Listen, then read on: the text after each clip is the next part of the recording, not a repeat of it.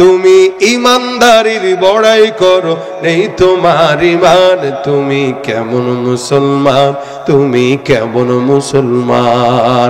নামাজের সাথে নাই পরিচয়, মানো না কোরআন। তুমি কেমন মুসলমান, তুমি কেমন মুসলমান। এই বাংলাদেশে আদমশুমারি হয়, আদমশুমারিতে মুসলমানের সংখ্যা বেশি না কম? হ্যাঁ, এদেশের সংখ্যাগরিষ্ঠ কে? মুসলমান। আদমশুমারিতে সংখ্যাগরিষ্ঠে মুসলমানের নাম থাকলেও আমল শুমারি যদি করা হতো, অধিকাংশ মুসলমান এই জায়গাটায় ঠকে যেত। তার মানে আমলের দিক থেকে আমরা সংখ্যালঘু, আর সংখ্যার দিক থেকে আমরা সংখ্যাগরিষ্ঠ। ঠিক কিনা জোরে কর? মুসলমান এটা নামে আর নিজেকে দাবির নাম নয়, যে আমি নামে মুসলমান অথবা দাবিতে মুসলমান, এটা বড় মুসলমানের পরিচয় নয়। মুসলমানের পরিচয় হচ্ছে আল্লাহ পাক রব্বুল আলামিন আমাকে রাসূলের উম্মত বানিয়েছেন, সেই ক্ষেত্রে আমাকে আল্লাহ পাক যা হুকুম আহকাম দিয়েছেন প্রত্যেকটা জিনিসের পুঙ্খানু নিয়ম কানুন মানার নাম হচ্ছে মুসলমান। ক্বালু সামি'না ওয়া আতা'না, আমরা যা শুনবো তাই মানবো, যা শুনবো তাই মানবো, এটা হচ্ছে আমাদের কাজ। কিন্তু আমাদের দেশের মানুষ শুনে না, বুঝেও না, দেখেও না, মানেও না। আল্লাহ পাক বলেন যারা শুনে না, দেখে না, বুঝে না, এরা মানুষ না, এরা গরু ছাগলের চাইতেও খারাপ। কোরআনে আল্লাহ পাক বলেন যাদের চোখ আছে দেখে না, কান আছে শুনে না, অন্তর আছে বুঝে না, এরা গরু ছাগলের চাইতেও কি নিকৃষ্ট।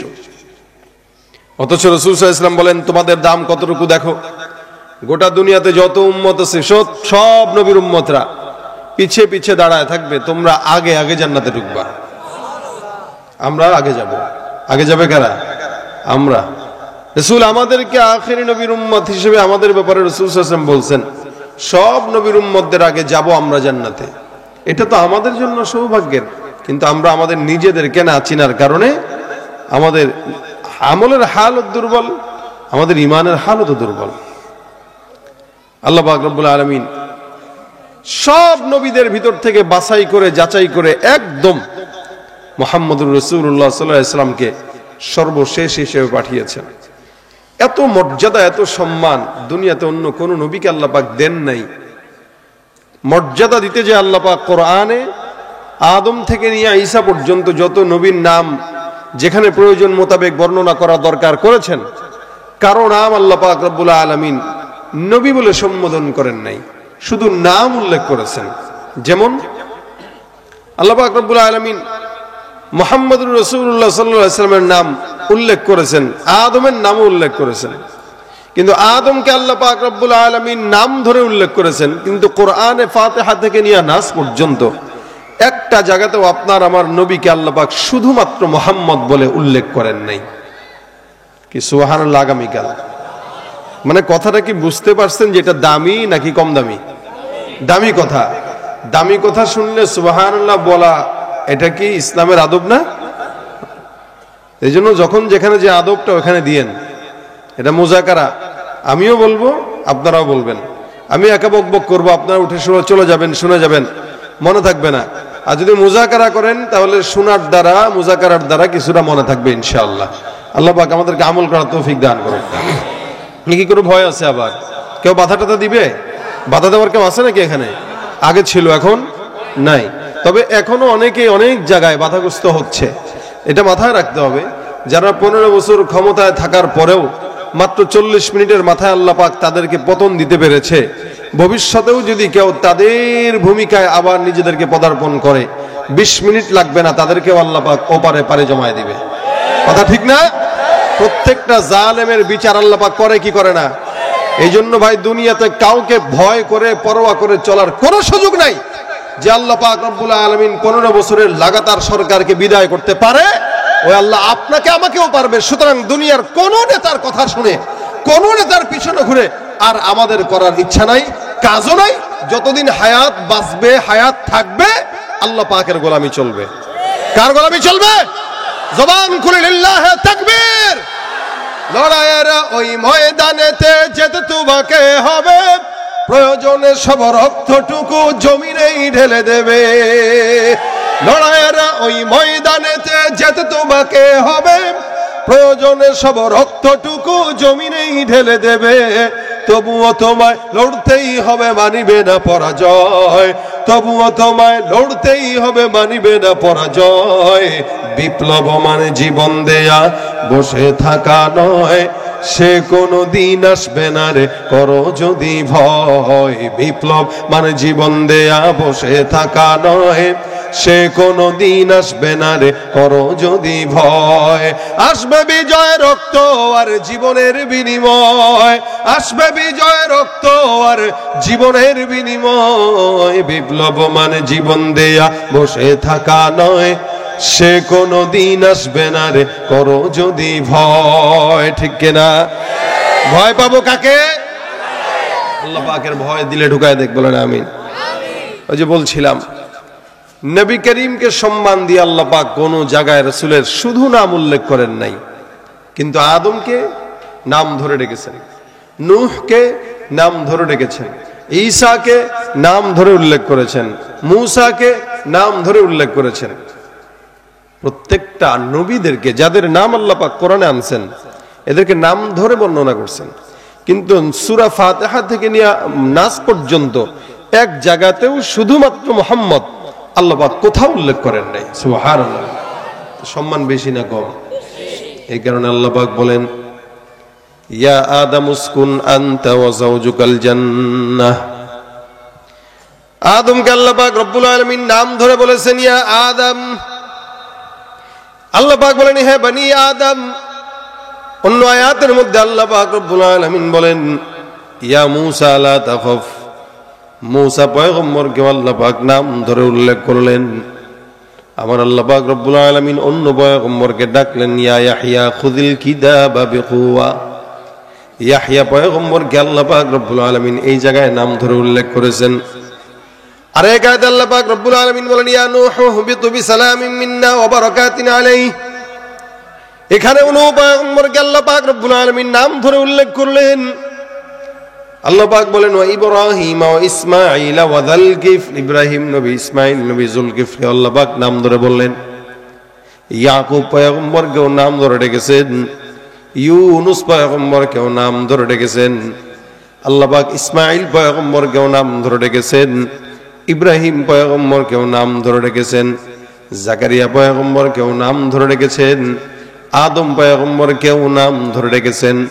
কিন্তু আপনার আমার পয়গম্বর মুহাম্মদুর রাসূলুল্লাহ সাল্লাল্লাহু আলাইহি ওয়াসাল্লামকে আল্লাহ পাক রব্বুল আলামিন যখন ডাকার প্রয়োজনীয়তা অনুভব করলেন, আমার আল্লাহ ডাক দিয়া বলেন ইয়া আইয়ুহান নবী। সুবহানাল্লাহ। সব নবীদেরকে আল্লাহ পাক নবী নবী বলে, আদম বলে, ঈসা বলে, ইয়াহইয়া বলে, জাকারিয়া বলে, ইসমাঈল বলে, ইব্রাহিম বলে, ইউনুস বলে, ইদ্রিস বলে, ইউসুফ বলে, ইব্রাহিম বলে, সব নবীদেরকে ডাক দেয়। আমার পয়গম্বরকে আল্লাহ পাক ডাক দিয়ে বলেন ইয়া আইয়ুহান নবী, হে নবী। এখানে আল্লাহ পাক রব্বুল আলামিন নবী বলে ডাকে। অন্য আয়াতের মধ্যে আল্লাহ পাক ডাক দিয়ে বলেন ইয়া আইয়ুহার রাসূল। আল্লাহ পাক কখনো নবী বলেছেন, কখনো রাসূল বলে সম্বোধন করেছেন, কিন্তু এই জায়গায় কোন জায়গায় আল্লাহ পাক এভাবে ডাকেন নাই, ইয়া মুহাম্মদ এটা ডাকেন নাই।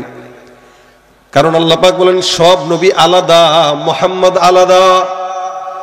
মুহাম্মদ রাসূলুল্লাহ সাল্লাল্লাহু আলাইহি ওয়াসাল্লাম বলেন আমাকে আল্লাহ পাক রব্বুল আলামিন জমিনে আসার কারণে, আসার জন্য আমি থেকে আদম পর্যন্ত যত মা আমাদের মাঝখানে আসছে, অর্থাৎ আমার মা, তার মা, তার মা, তার মা করে করে হাওয়া পর্যন্ত যত মা মাঝখানে আসছে, শুধুমাত্র আমার চরিত্রে কলঙ্ক যেন লেপন না হয়, প্রত্যেকটা মাদেরকে আল্লাহ পাক একটা মা কেউ কোনোদিন চরিত্র হরণ করান নাই। মা বাগাত ইমরাতু নবীন কত্তু। নবী বলেন কোন নবীর মা রাই আলহামদুলিল্লাহ জিনাকারী নাই। নবীর মুহাম্মদুর রাসূলুল্লাহ সাল্লাল্লাহু আলাইহি ওয়াসাল্লামকে আল্লাহ পাক জমিনে আসন করার কারণে প্রেরণ করার জন্য, আল্লাহর নবীকে পবিত্র রাখার জন্য নবীর মা, নানি, দাদি প্রত্যেকটা মায়েদেরকে আল্লাহ পাক নিজের কুদরতি ভাবে হেফাজত করেছেন। এটা হলো আমার পয়গম্বর। নবী বলেন সব নবীদেরকে আল্লাহ পাক নাম ধরে ডাকলেও আমাকে আল্লাহ পাক ডেকেছেন ইয়া আইয়ুহান নবী ইয়া আইয়ুহার রাসূল।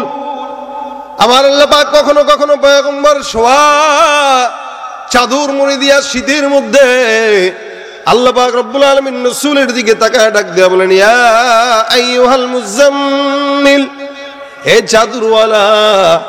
আল্লাহ পাক অন্য আয়াতের মধ্যে বলেন ইয়া আইয়ুহাল মুদ্দাথির, কখনো বলেন হামিম, কখনো ইয়াসিন, কখনো তাহা, কখনো এক একটা লকব লাগায় আল্লাহ পাক ডাকছেন।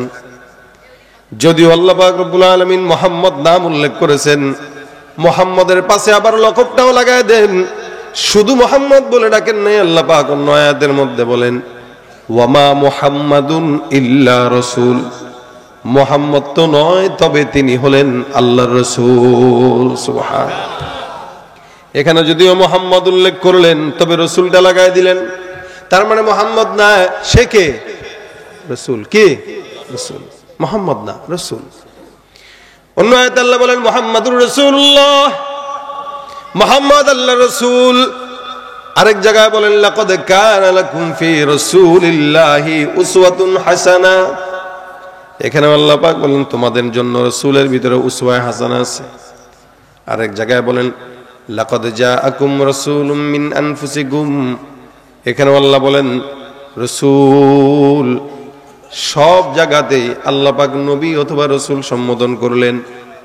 যদিও কোনো জায়গায় নবী মুহাম্মাদের নাম উল্লেখ করলেন, মুহাম্মাদের পাশে রাসূল শব্দটা সুন্দর করে আল্লাহ পাক লাগায় দেন।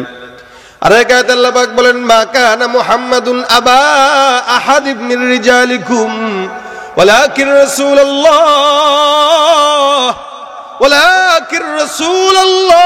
রাসূলুল্লাহি ওয়া খাতামান নাবিয়্যিন। এখানে আল্লাহ পাক পয়গম্বরের দুইটা পরিচয় তুলে ধরলেন। এক নম্বর পরিচয়, আমার আল্লাহ ডাক দিয়া বলেন মুহাম্মদ তোমাদের কোন পুরুষের পিতা নয়। মুহাম্মদের এক নম্বর পরিচয় তিনি হলেন আল্লাহর রাসূল। দুই নম্বর পরিচয় ইনি হলেন আখিরি জামানার পয়গম্বর। আমাদের এই জামানার মধ্যে অনেক বেঈমানরা আছে, কাদিয়ানীরা আছে, যারা আমার পয়গম্বরের খাতমে নবুয়ত মানে না। মনে রাখবেন যারা আল্লাহর হাবিবের শেষ নবীর নবুয়তই মানে না, এরা যতই মুসলমান নামে আমাদের সামনে আসুক, এরা মুসলমান নয়, এরা কাফের।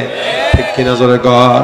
কি হবে শেষ নবীজির উম্মত বলে দাবি করে যদি ওই নবীর চেয়ার কাদিয়ানীরা দখল করে?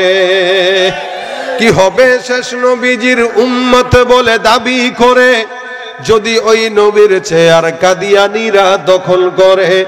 নবীজির জন্য যদি রক্তের বহে নদী, নবীজির জন্য যদি রক্তের বহে নদী, তবুও হটবো না এই দাবি থেকে।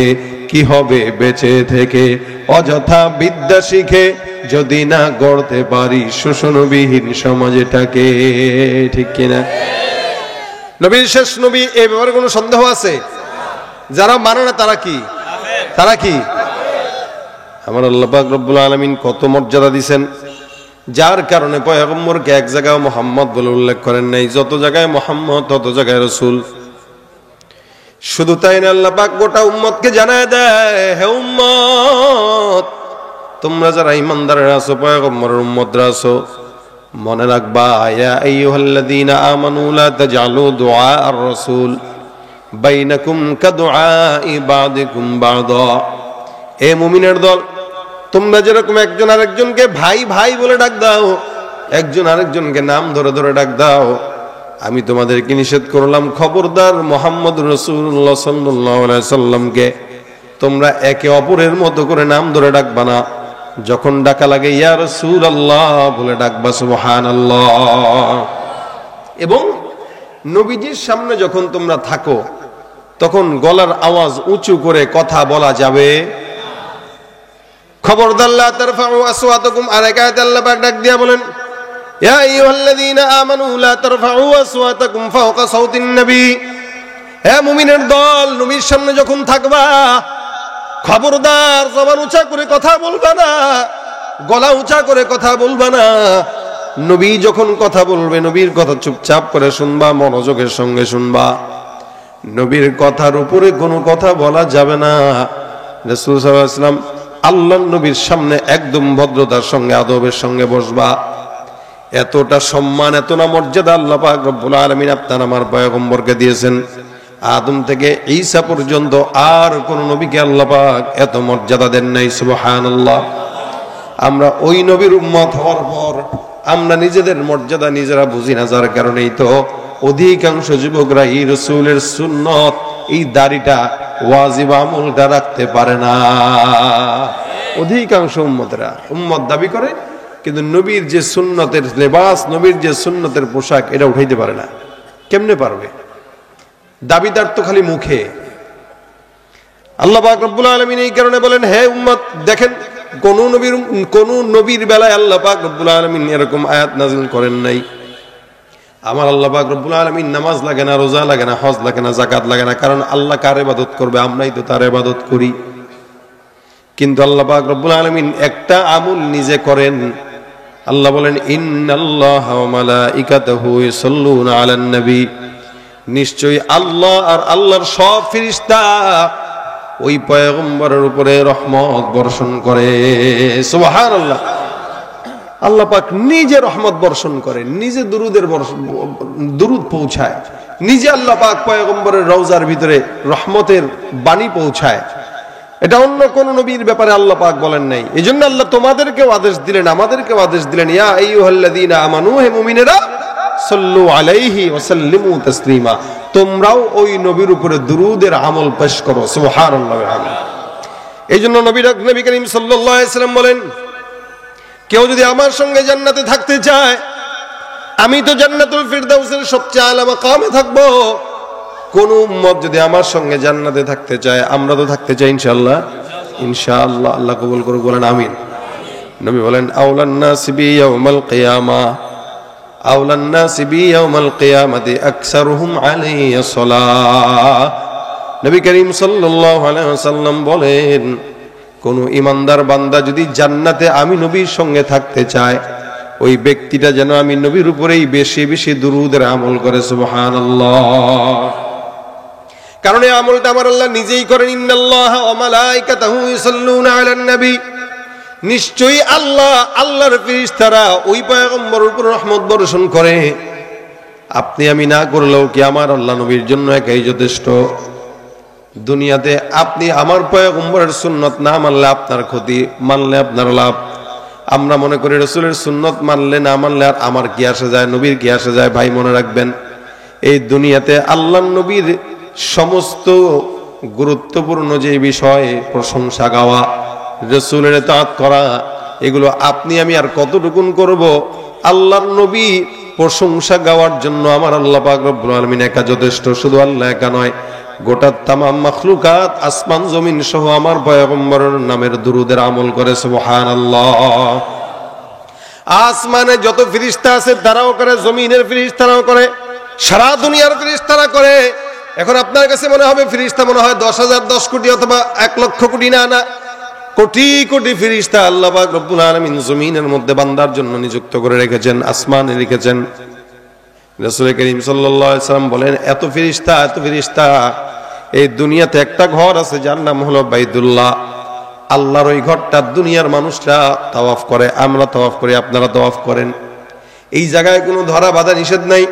একটা লোক যতবার মন চায় ততবার তাওয়াফ করবে, কেউ নিষেধ করবে না।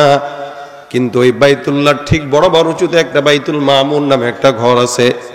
এই দুনিয়ার বাইতুল্লাহ তাওয়াফ করে আল্লাহর বান্দা, আসমানের ওই বাইতুল মামুর তাওয়াফ করে আল্লাহর ফেরেশতারা।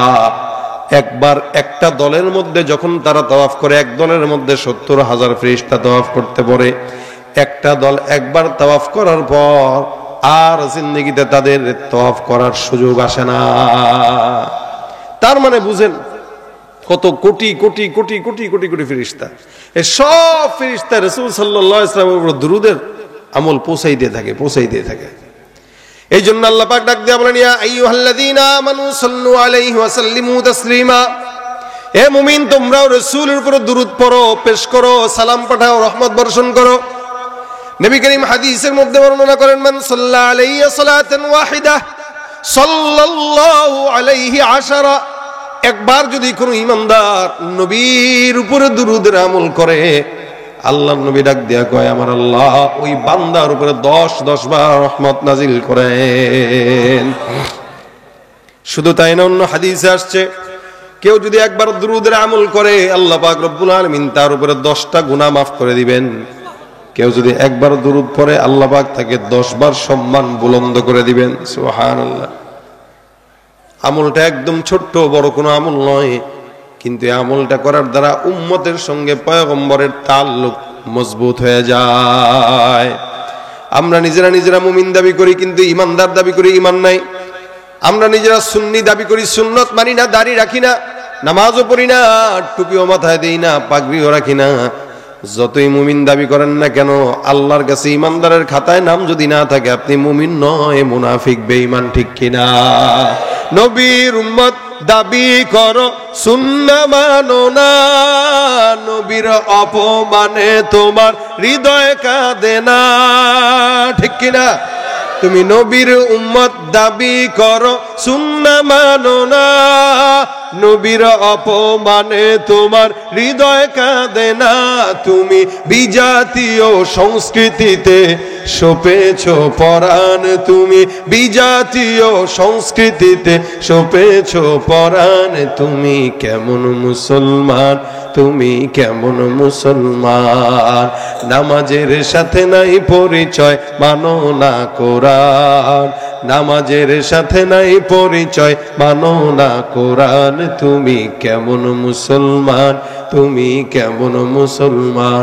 তুমি রমজান এলে রাখো না রোজা, দিনকে করো আঘাত, পয়সা কড়ির নেই তো অভাব, দাও না তো যাকাত। রমজান এলে রাখো না রোজা, দিনকে করো আঘাত, পয়সা কড়ির নেই তো অভাব, দাও না তো যাকাত। তুমি ইমানদারির বড়াই করো, নেই তো, তুমি ইমানদারির বড়াই করো, নেই তোমার ঈমান। তুমি কেমন মুসলমান, তুমি কেমন মুসলমান? নামাজের সাথে নাই পরিচয়, মানো না কোরআন। তুমি কেমন মুসলমান, তুমি কেমন মুসলমান? মুসলমান নামের নাম নাকি কামের নাম? কথা কয় না? কিসের? কেউ কয় নামের, কেউ কয় কামের। আচ্ছা বলেন, বাজার থেকে যখন আম কিনেন, আমটা কি দেখে কিনেন? চেহারা দেখে না? কালার আর ঘ্রাণ। হয়তো না কেনেন, ঘ্রাণটা যদি সুন্দর হয়, কিন্তু কালারটা কেমন জানি লাগতেছে, অনেকে কিনে না। কালারও লাগে, ঘ্রাণও লাগে, তাহলে আমটা মজা লাগে, মিষ্টিও হয়। আপনি খালি দাবি করলেন আমি মুমিন, কিন্তু আপনার কাছে ঈমানের ঘ্রাণও নাই, কালারও নাই। আল্লাহ বলেন, ওয়ামা হুম বিমুমিনিন, একটাও মুমিন না, সব ভণ্ড মুনাফিক। এই জন্য ঈমানদার দাবি করার নাম না, এটা মানার নাম। কিসের নাম বলেন? কিসের নাম? সামি'না ওয়া আতা'না, যাহা শুনিব তাহাই মানিব। যারা শুনেও না, মানেও না, বুঝেও না, দেখেও না, আল্লাহ বলেন উলাইকা কাল আনআম বাল হুম আদাল, এগুলো সব গরু ছাগলের মতো, তার চাইতেও খারাপ। লাহুম কুলুবুল লা ইয়াফকাহুনা বিহা, আমার আল্লাহ ডাক দেয়া বলেন, লাহুম কুলুবুল লা ইয়াফকাহুনা বিহা ওয়া লাহুম আ'ইনুন লা ইউবসিরুনা বিহা ওয়া লাহুম আযানুন লা ইয়াসমাউনা বিহা উলাইকা কাল আনআম বাল হুম আদাল উলাইকা হুমুল গাফিলুন। আল্লাহ পাক রব্বুল আলামিন বলেন, কিছু কিছু বান্দারা আছে, লাহুম কুলুবুল লা ইয়াফকাহুনা বিহা, যাদের কলব আছে লেকিন তারা বোঝে না। কলব আছে, কি করে না? বুঝে না। ওয়ালাহুম আ'ইনুন লা ইউবসিরুনা বিহা, যাদের চক্ষু আছে লেকিন দেখে না। ওয়ালাহুম আযানুন লা ইয়াসমাউনা বিহা, কান আছে, শুনে না। তার মানে আসলেই কান আছে, শুনে না, বিষয়টা এরকম না। আসলে অন্তর আছে, দেখে না, বুঝে না, বিষয়টা এরকম না। লাহুম কুলুবুল লা ইয়াফকাহুনা বিহা, অন্তর আছে, বুঝে না। তার মানে রাজনীতি বুঝে, কেমনে মারামারি করা লাগবে বুঝে, কেমনে খুন করা লাগবে বুঝে, কেমনে মানুষের জায়গা চুরি করা লাগবে, কেমনে একজনকে কষ্ট দেওয়া লাগবে, কেমনে কাউরে ঠকানো লাগবে, এটা বুঝে। কিন্তু আল্লাহর কোরআন বুঝে না। আছে না নাই? দুনিয়ার সব বাটপারি বুঝে, দান্দামি বুঝে, লেকিন ইসলাম বুঝে না। আল্লাহ বলেন লাহুম কুলুবুল লা ইয়াফকাহুনা বিহা, এদের কলব আছে লেকিন এরা বুঝে না।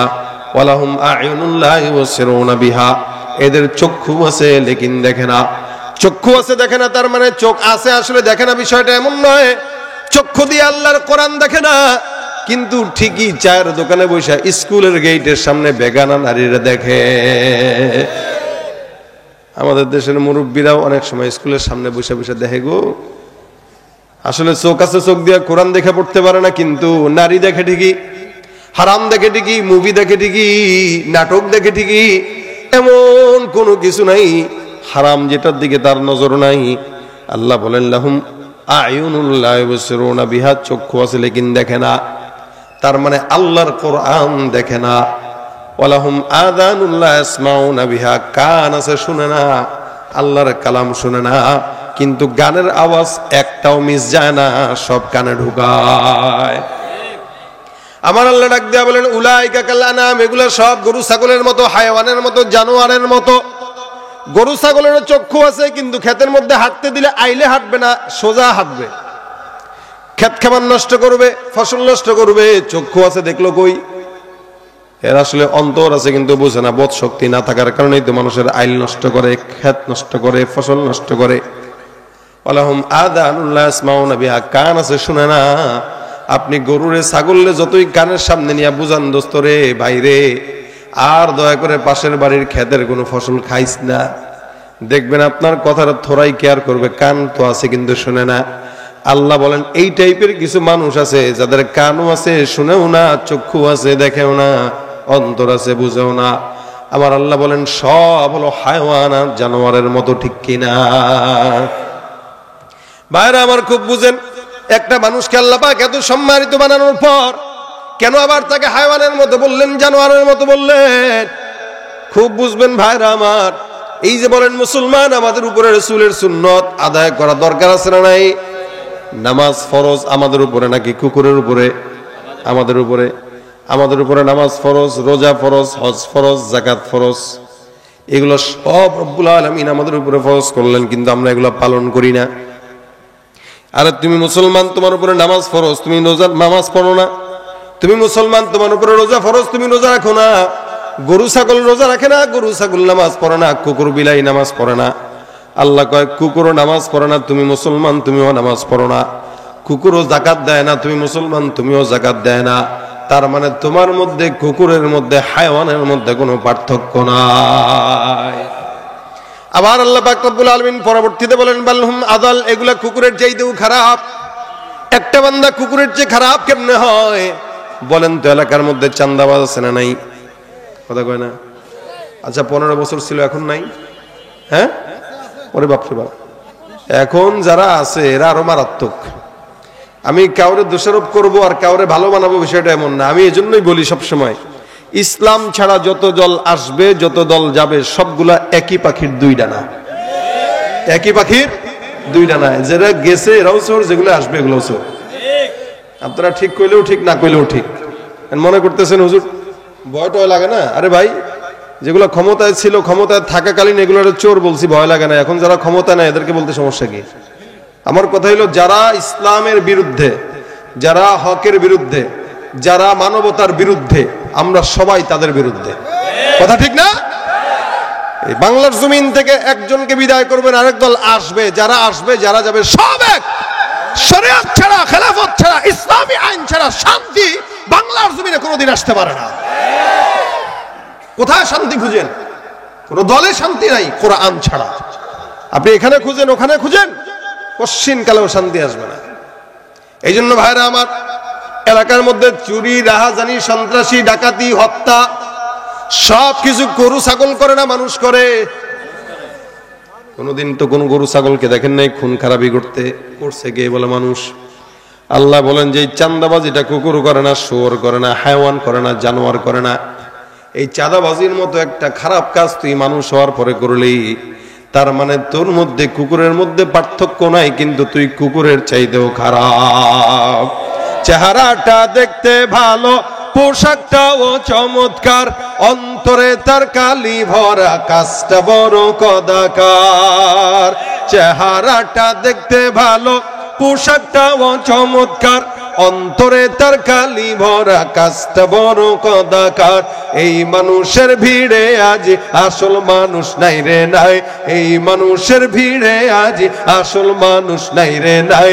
মানুষ দেখতে চলো এবার জাদু ঘরে যাই সবাই, ঠিক কিনা?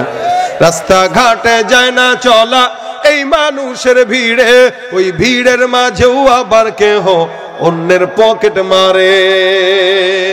থাকতে পারে কিনা এখানে? থাকতে পারে কিনা? রাস্তাঘাটে যায় না চলা এই মানুষের ভিড়ে, ওই ভিড়ের মাঝেও আবার কেহ অন্যের পকেট মারে।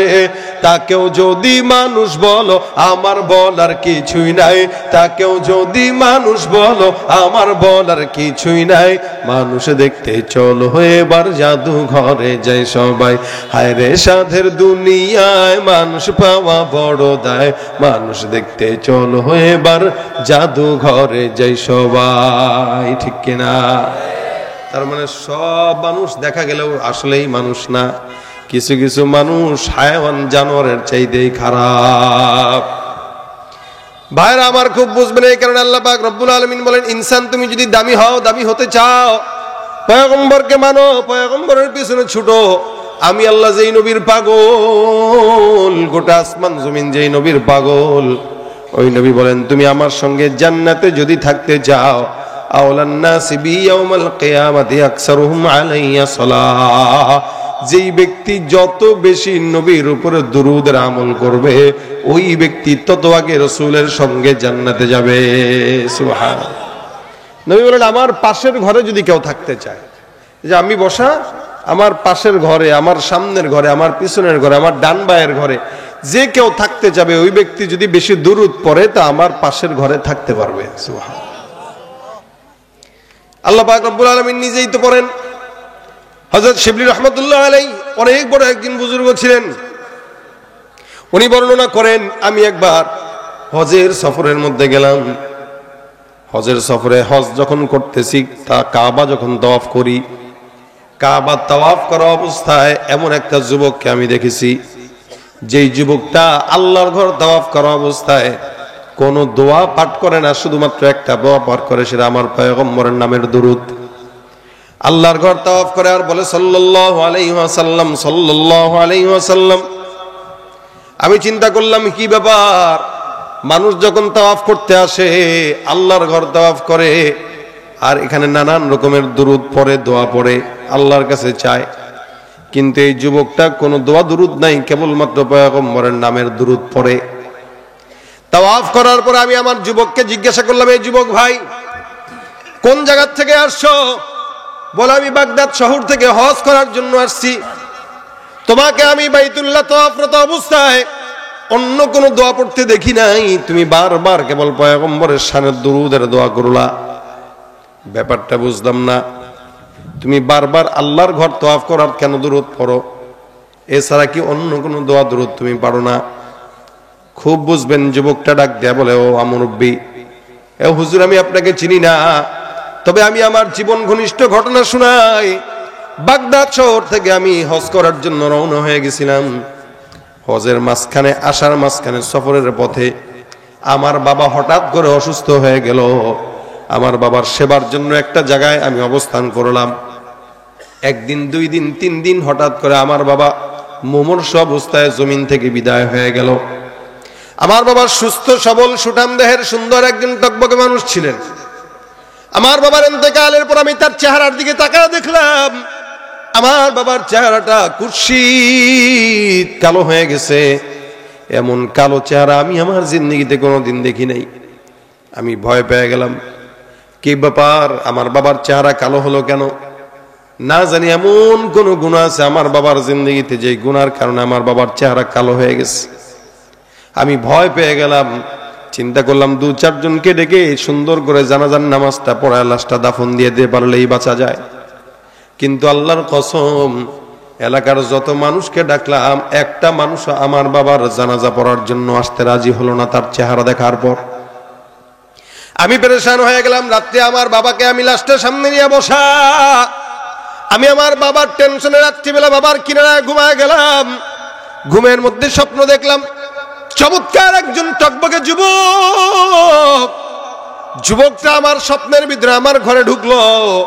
আমার বাবা শোয়া, বাবার চেহারাটা কালো। আমি তাকায় দেখলাম ওই যুবকটা সুন্দর করে আমার বাবার সামনে আসলেন। আসার পরে আমার বাবার কপালের মধ্যে সুন্দর করে হাতটা বোলায় মুখটা মুছে দিলেন।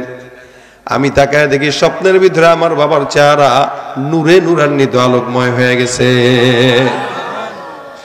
আমি জিজ্ঞাসা করলাম, আপনি কি? আপনাকে চিনলাম না। যুবকটা আমারে ডাক দেয়া বলে, যুবক, হে উম্মত, আমাকে চিনলা না? আমি হলাম আখির জামানার পয়গম্বর মুহাম্মদুর রাসূলুল্লাহ। আল্লাহর নবী যখন নিজের প্রতিযোগিতা নিজের সমস্ত পরিচয় দিলেন, যুবক ডাক দিয়া বলেন, ইয়া রাসূলুল্লাহ, আপনি আমার কাছে আসছেন পয়গম্বর, আপনি বলেন আমার বাবার এমন কি অন্যায় ছিল যার কারণে আমার বাবার চেহারাটা কালো? যুবক ডাক দেয়া বলে, হুজুর, আমি আমার পয়গম্বরকে স্বপ্নে যোগে জিজ্ঞাসা করলাম, আমার রাসূল, আমার বাবার চেহারা কালো হওয়ার পিছনে কারণটা কি, আর সুন্দর হওয়ার পিছনে কারণটা কি? পয়গম্বর মুহাম্মদুর রাসূলুল্লাহ সাল্লাল্লাহু আলাইহি ওয়াসাল্লাম আমাকে বর্ণনা করলেন। স্বপ্নের মধ্যেই নবী আমাকে বললেন, যুবক, তোমার বাবা প্রত্যেক দিন আমার কাছে 100 বার অথবা 1000 বার দুরূদ শরীফের আমল পৌঁছাইতো। আজকে যখন আমি তোমার বাবার দুরূদের আমল পাই নাই, প্রতিদিন ফেরেশতারা আমার কাছে আমল পৌঁছায়, আজকে যখন তোমার বাবার কোনো আমল আমার কাছে আসলো না, আমি চিন্তা করলাম তোমার বাবা মনে হয় বিপদে পড়ছে। আমি জানতে পারলাম তোমার বাবা জমিনে আর নাই, যার কারণে আমি আল্লাহর পয়গম্বর তোমার বাবার দুরূদের বরকতের উসিলায় আমি নিজেই তোমার বাবার সুপারিশের জন্য আসলাম। এই দুরূদের বরকতে তার চেহারা আলোকময় হয়ে গেছে। আমি রাসূলকে স্বপ্ন দেখলাম, এর ভিতরে আর কোনো কথা আমার মনে নাই। আমি ঘুম থেকে উঠে গেলাম, রাসূলের সাথে স্বপ্নে আমার অনেক কথা হলো। যুবকটা ডাক দিয়া বলেন, হুজুর, স্বপ্ন থেকে উঠে দেখলাম, ঘুম থেকে উঠে দেখলাম, সর্বপ্রথম আমি আমার বাবার চেহারার দিকে তাকাই। আমি আমার বাবার চেহারার দিকে তাকায় দেখি, যেই বাবার চেহারা যত কুৎসিত থাকুক না কেন, আল্লাহর নবীর স্বপ্নের বরকতে আমার বাবার চেহারা আসলেই আলোকময় উজ্জ্বল হয়ে গেছে। আমি আমার বাবার চেহারার দিকে তাকায় এখন নিজেই মুগ্ধ হয়ে যাই। এত চমৎকার চেহারা, এই চেহারা এত বরকতময়। নবী করিমের বরকতে আমার বাবার চেহারা এখন আলোকময় হয়ে গেছে। আমি ওই যে আমার পয়গম্বরের কথা, আমার বাবা প্রতিনিয়ত দুরূদ শরীফের আমল করতেন, এই আমলটা আমার মাথার মধ্যে ঢুকে গেছে। আমি আমার বাবার লাশের জানাজা দেওয়ার জন্য এলাকার মধ্যে এলান করলাম, হুজুর, আল্লাহর কসম, আমার বাবার লাশের জানাজার নামাজ পড়ার জন্য নামাজটা যখন আমরা শেষ করলাম, দাঁড়াইলাম, শেষ করলাম, তাকায় দেখি হাজার হাজার হাজার হাজার মানুষ আমার বাবার জানাজার নামাজের জন্য হাজির হয়ে গেছে। আমার কাছে মনে হইল আসমানের ফেরেশতারা পর্যন্ত আমার বাবার জানাজার জন্য চলে আসছে। আমি সেদিন থেকে নিয়ত করলাম, জীবনে যদি কোনো আমল করা লাগে দুরূদের আমল করব, যত করা লাগে দুরূদের আমল করব। এই কারণে আমি হজের সফরে এসে বাইতুল্লাহ তাওয়াফ করি আর বলি সাল্লাল্লাহু আলাইহি ওয়াসাল্লাম, সাল্লাল্লাহু আলাইহি ওয়াসাল্লাম, সাল্লাল্লাহু আলাইহি ওয়াসাল্লাম, সাল্লাল্লাহু আলাইহি ওয়াসাল্লাম। কারণ আমার নবী বলেন, একবার পড়বা 10টা গুনাহ মাফ, 10 বার রহমত নাজিল। আমার আল্লাহ পাক রব্বুল আলামিনের হাবিব ডাক দেয়া বলেন, যুবক, কোন বান্দা যখন দুরূদ শরীফ পড়বে, আল্লাহর কিছু ফেরেশতারা আছে যারা নিজেরা আমি নবীর কাছে ওই বান্দার নাম সহ ঠিকানা সহ সব দুরূদের আমল আমি পয়গম্বরের আমল নামার কাছে আমার রওজায় পৌঁছায় দেয়। সপ্তাহে একদিন নাম সহ ঠিকানা সহ সমস্ত আমল নামা রাসূলের রওজায় পেশ করা হয়।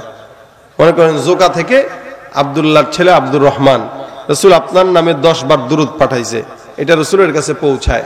আচ্ছা বলেন, আপনার এলাকার কোনো মানুষ যদি আমাকে সপ্তাহে একদিন খোঁজ নেয়, আমি তাকে মোটামুটি চিনবো। আর যেই লোকটা সপ্তাহে 2 দিন খোঁজ নেয়, আর একটু বেশি চিনবো। যেই লোকটা প্রত্যেক দিন খোঁজ নেয়, তার সঙ্গে আমার সম্পর্ক থাকবে গভীর থেকে গভীর বন্ধুত্বের সম্পর্ক। নবী বলেন, কোন ইমানদার যখন বারবার আমার দুরূদের আমল পড়ে, সে যত বেশি পড়বে তত বেশি আমার কাছে পরিচিত হয়। যত বেশি পরিচিত হবে তত আগে আগে আমি নবী তার জন্য সুপারিশ করে দেব।